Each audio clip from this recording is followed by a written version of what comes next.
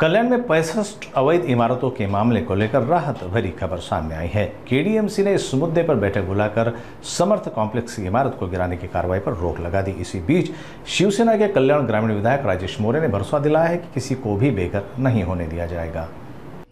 काल आयरेगाव डोंबिवली येथील समर्थ बिल्डिंग ही महापालिकेच्या माध्यमातून त्यांना नोटीस आली आणि ती खरं तर बिल्डिंग खाली करण्यास सांगितलं होतं।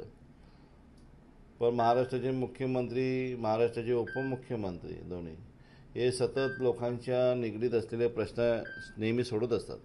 कोणालाही बेघर करण्याचं काम महायुतीचं सरकार करणार नाही।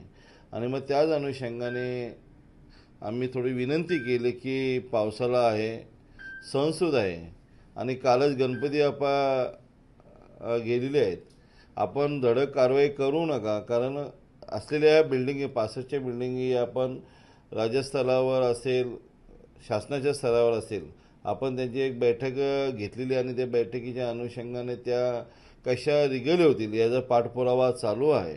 आणि मग तो धागा धरून सन्माननीय महापालिकेचे आयुक्त आणि सर्व मिळून विनंती केली असता ती विनंतीला मान ठेवून आजची कारवाई स्थगित केलेली आहे। मी मनापासून आभार मानतो आयुक्तांचं की बाबा लोकांना न्याय द्यायचं काम आता तरी केलेलं आहे, पण पुढच्या वाटचालीसाठी आम्ही सतत ते कायदेशीर कसं होईल याचा पाठपुरावा नक्की आणि लोकांना दिलासा देण्याचं काम करू। या संदर्भात नगरविकास खात्यात बैठक सुद्धा आयोजित केली आहे, तुम्ही पण जाता।